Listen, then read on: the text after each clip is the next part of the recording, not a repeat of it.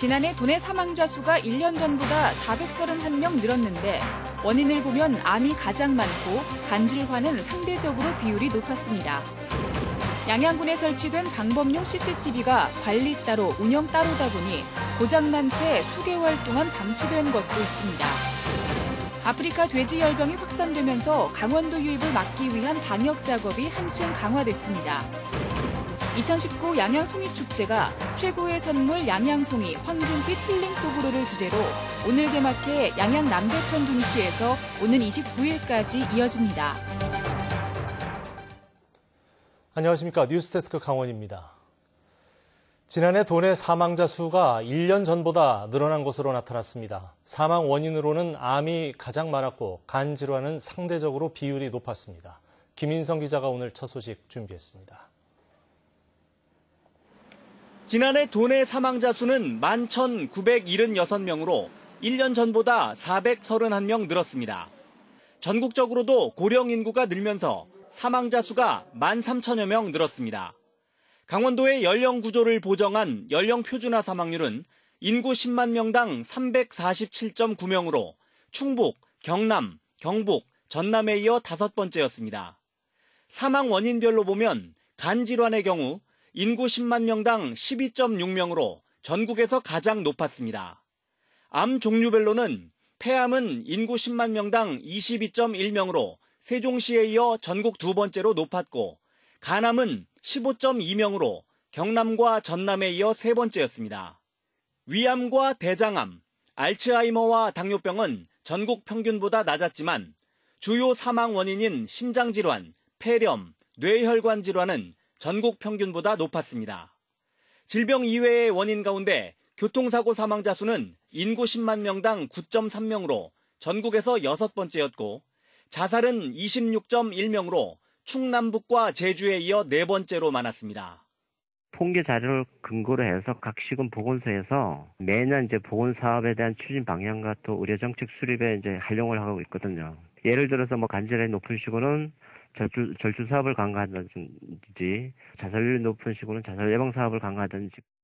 우리나라 전체 사망 원인 5위까지는 암, 심장질환, 폐렴, 뇌혈관 질환, 자살로 2014년 이후 5개 항목이 같은데 2017년 4위였던 폐렴과 3위였던 뇌혈관 질환이 지난해 자리를 맞바꿨습니다.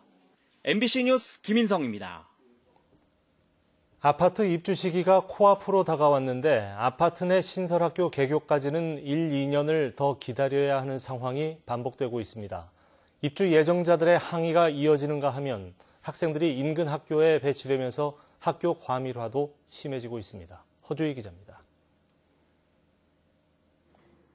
2,800여 세대가 입주하는 이 아파트의 입주 시기는 오는 11월. 아파트 안 학교 부지에는 강원도에선 처음으로 시설을 공유할 수 있는 통합학교 형태인 초중학교가 지어지고 있습니다. 보시다시피 학교 신축 공사가 한창 진행되고 있습니다. 개교 시기가 2021년 3월로 예정돼 있어서 이 아파트로 이사 오고도 1년 넘게 다른 학교를 다녀야 하는 상황입니다. 교육부가 아파트 분양이 확정된 뒤에 학교 설립 여부를 심사하기 때문에 전국적으로 이런 상황이 벌어지고 있습니다. 춘천교육지원청은 일단 남부초와 성림초, 봄내초에 초등학생을 분산 배치하는 조정안을 다음 달까지 확정할 계획입니다. 세 학교 모두 아파트에서 1km가 넘어 아이들 걸음으로 최소 30분 넘게 걸립니다. 가장 먼 학교에 배치된 입주 예정자들은 대책을 요구하고 있습니다. 제가 차가 없어요. 아이가 걸어서 가야 될 것 같은 생각도 들고요. 아니면 이걸 차를 구입을 해야 되나 그 생각도 지금 들고 이래저래 좀 많이 혼란스러워요. 그렇다고 2개 학교에만 분산 배치할 경우 지금도 한 학급당 학생 수가 30명에 육박할 정도로 학생들이 넘쳐나고 있어 과밀화는 더욱 심해집니다. 2021년까지 2,400세대 우두 택지 조성에 따른 우두초등학교도 교육부 심사를 통과하면 2023년 3월에나 개교할 수 있습니다. 인근의 학교 학생 수는 오히려 주는 경향이 있고 그 신설된 학교에는 학생 수가 몰리는 경향이 있는 거죠. 내년 3월 원주 섬강중학교와 강릉 유천초등학교 개교를 시작으로 2023년 3월까지 강원도 내에서 개교 예정인 유치원과 초중학교는 모두 11곳. 이렇게 학교 하나가 신설되면 학교 총량제에 따라 농어촌 작은 학교 하나가 폐교될 가능성이 높아 도시와 농촌 간 학생 수 격차도 점점 더 벌어질 것으로 보입니다. MBC 뉴스 허주입니다. 인천 강화에서 아프리카 돼지 열병이 7번째로 확인되면서 강원도 유입을 차단하기 위한 방역 작업이 한층 강화됐습니다. 강원도는 도내 18개 전시군을 중점 관리 지역으로 지정하고 돼지와 분뇨의 반출입 금지, 집중 소독 작업을 벌이고 있습니다. 또 도내 전 양돈 농가에 농장 초소를 설치해 운영하고 접경 지역 하천과 일반 도로의 방제 작업도 강화했습니다. 아프리카 돼지 열병이 연일 확산되면서 축산 관련 축제는 물론 관광객이 모이는 가을 축제들이 잇따라 취소됐습니다. 횡성 한우 축제도 개최 여부에 관심이 많은데 횡성군은 문화 행사로만 이루어져 예정대로 치른다는 계획입니다. 김진아 기자의 보도입니다. 지난 24일 농림축산식품부는 축산 농가가 참여하는 모임과 행사 외에도 축산 관련 업종 종사자가 참여하는 모든 행사를 취소하거나 연기할 것을 주문했습니다. 돼지 열병 확산 추세에 따른 선제 조치입니다.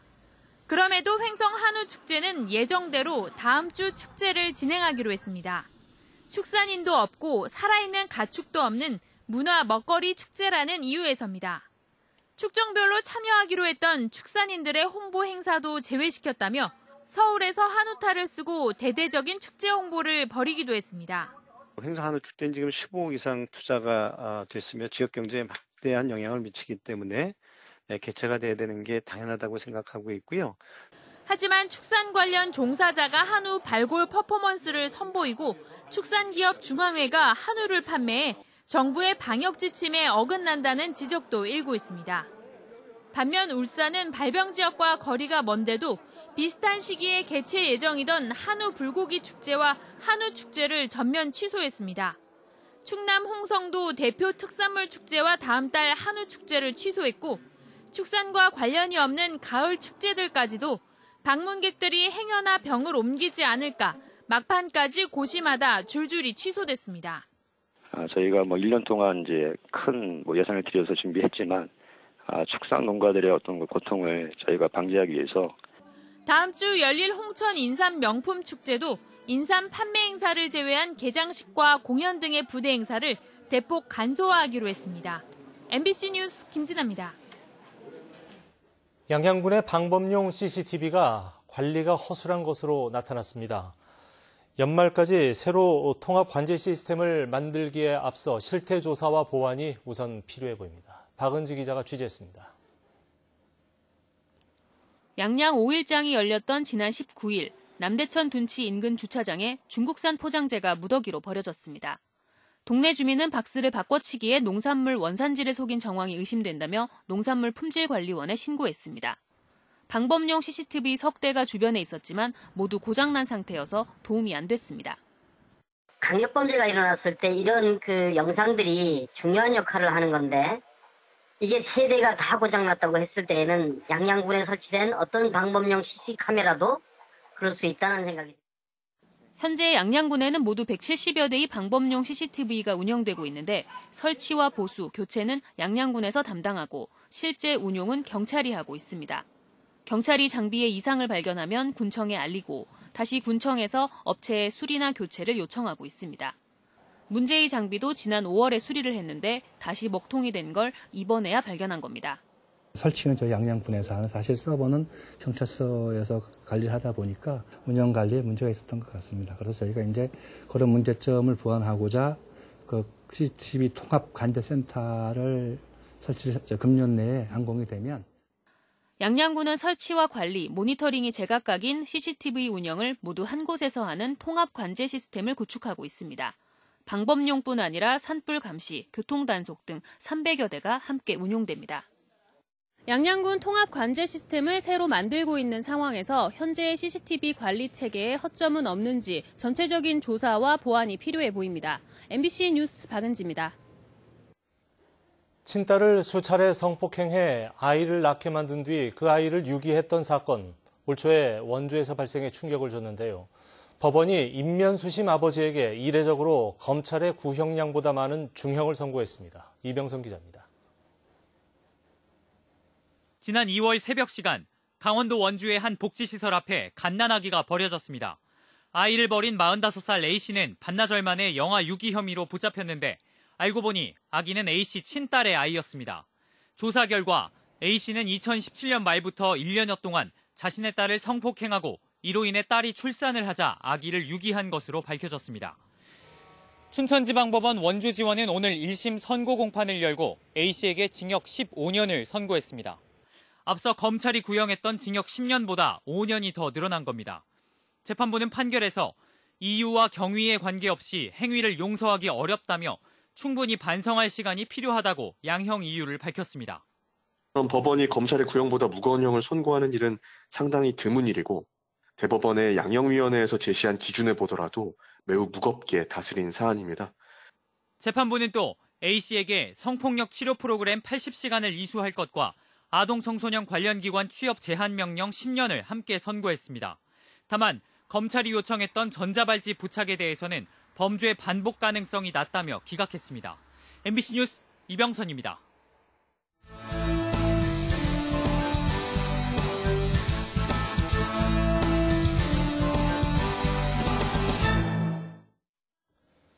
(2019) 양양 송이축제가 오늘 양양 남대천 둔치와 송이밸리 휴양림에서 개막해 오는 29일까지 이어집니다.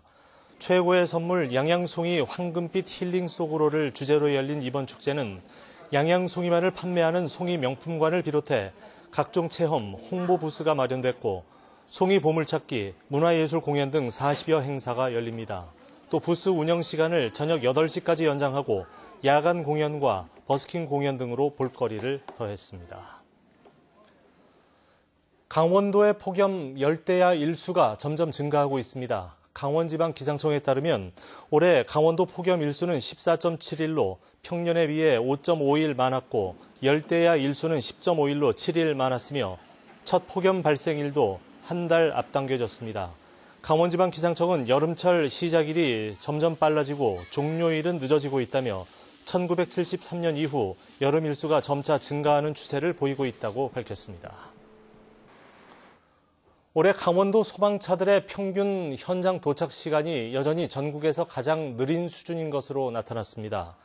이채희 국회의원에 따르면 올해 도내 소방차들이 신고를 받고 현장에 도착하기까지 걸린 시간은 평균 9분 18초로 11분 4초의 경북에 이어 전국에서 두 번째로 늦었습니다. 가장 빠른 부산광역시의 5분 38초에 비해서는 3분 40초나 차이가 납니다. 한편 지난해 10분 57초보다는 1분 40초가량 줄었으나 강원도의 출동 지역이 넓은 현실을 고려해도 화재 골든타임이 신고 후 3분이라는 걸 감안하면 더 개선해야 한다는 지적입니다.